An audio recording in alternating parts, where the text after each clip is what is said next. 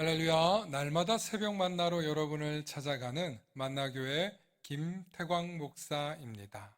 오늘도 하나님의 말씀을 통해 하나님의 나라와 의를 구하며 이 세상을 아름답게 만들어 가시는 저와 여러분들 되시길 소망합니다.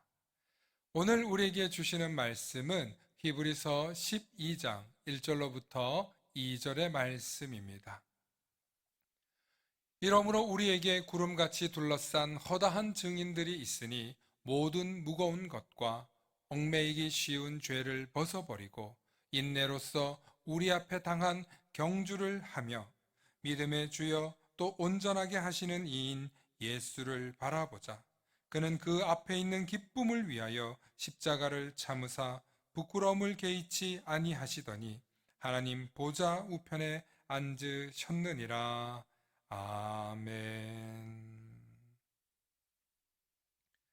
오늘은 사람만 보고 왔구나 라는 제목으로 말씀의 은혜 나누고자 합니다. 어릴 때부터 명석한 두뇌로 수재로 자란 한 여인이 있었습니다. 그녀는 오랜 유학 생활을 통해 미국의 유명한 대학을 나왔고 결국에는 박사 학위를 따고 한국으로 돌아올 수 있었습니다. 그리고 그녀의 뒤에는 딸의 꿈이 꺾이지 않도록 하기 위해 일평생을 헌신하고 뒷바라지한 늙은 어머니가 있었습니다. 이제 오랜 유학 생활 중에 박사학위를 따고 교수가 되어 고국으로 돌아온 딸에게 그의 어머니가 간곡하게 부탁하며 자신의 소원은 이것뿐이니 꼭 들어달라며 부탁을 했습니다. 나는 이제 한국에 네가 왔으니 더 바랄 게 없다. 그런데 내 마지막 소원이라면 네가 교회에 나아가 신앙생활을 했으면 한다.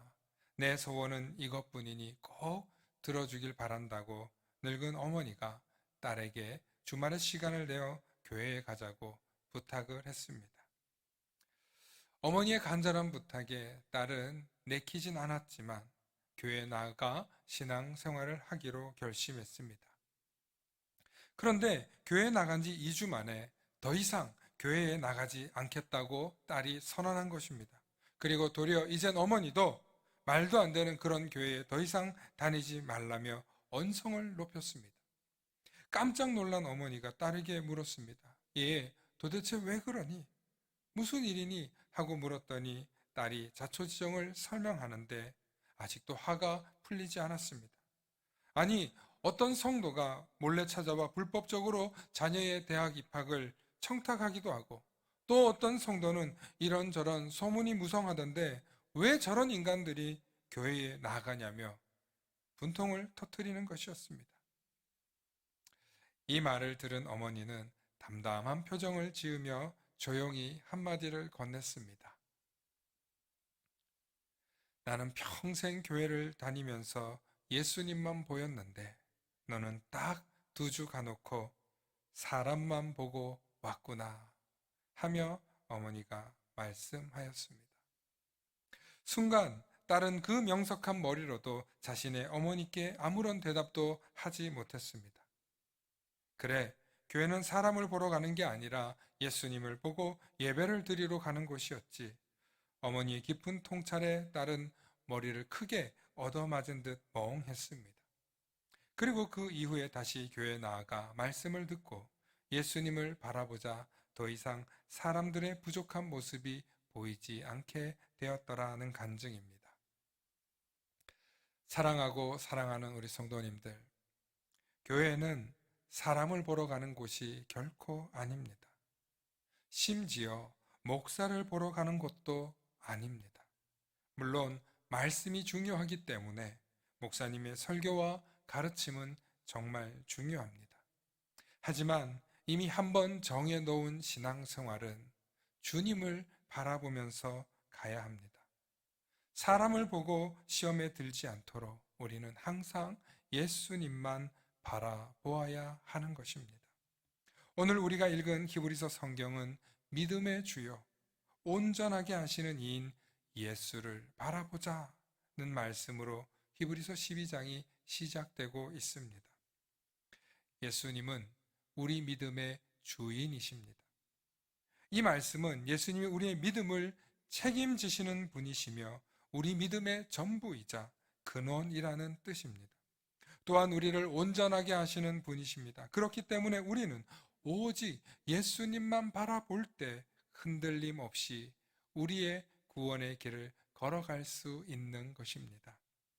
많은 사람들이 신앙생활을 하다가 교회를 나가기를 포기하는 경우가 있으십니다.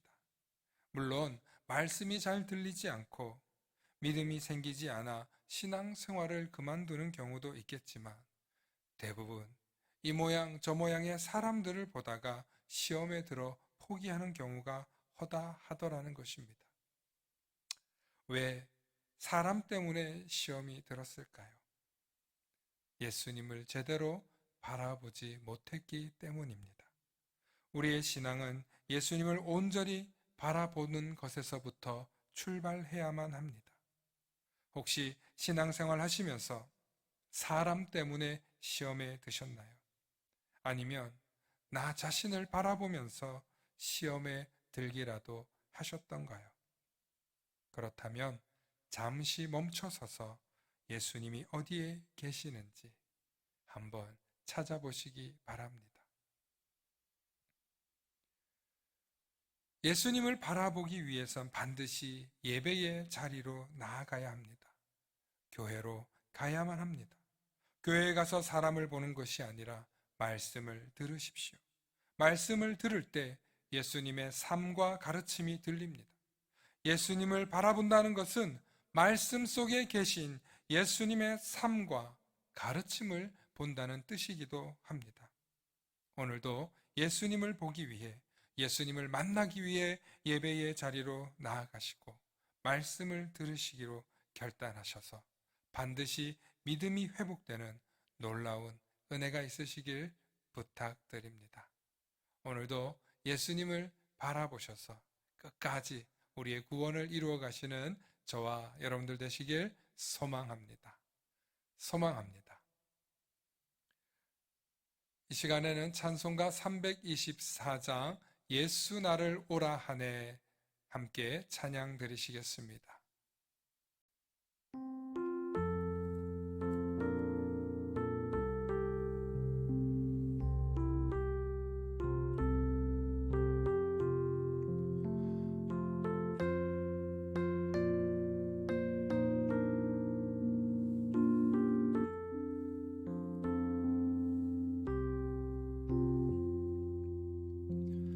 예수 나를 오라 하네 예수 나를 오라 하네 어디든지 주를 따라 주와 같이 가려네 주의 인도하심 따라 주의 인도하심 따라 어디든지 주를 따라 주와 같이 가려네 겟세마네 동산까지 주와 함께 가려 하네 피땀 흘린 동산까지 주와 함께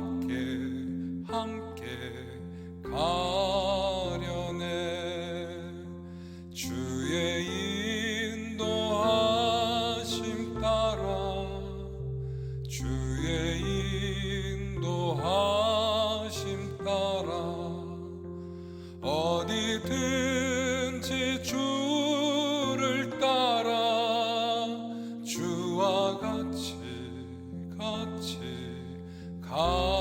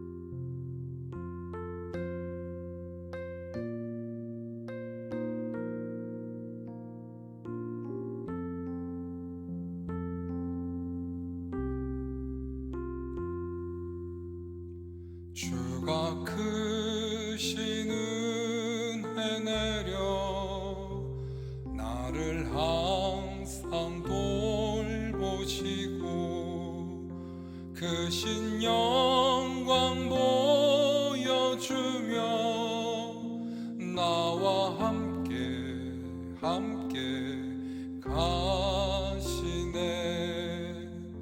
주의 인도하심 따라 주의 인도하심 따라 어디든지 주를 따라 주와 같이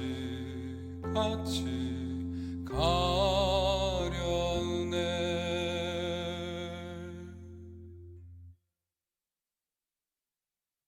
사랑과 은혜가 충만하신 아버지 하나님, 고맙고 감사합니다.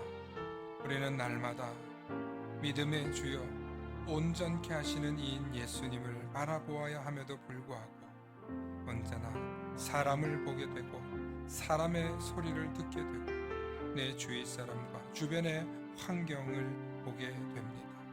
주님, 그럴 때마다 주님을 바라봐야 함을 잊지 않게 해 주시고 주님 바라볼 줄 아는 믿음의 그리스도인들 되도록 축복하여 주시옵소서.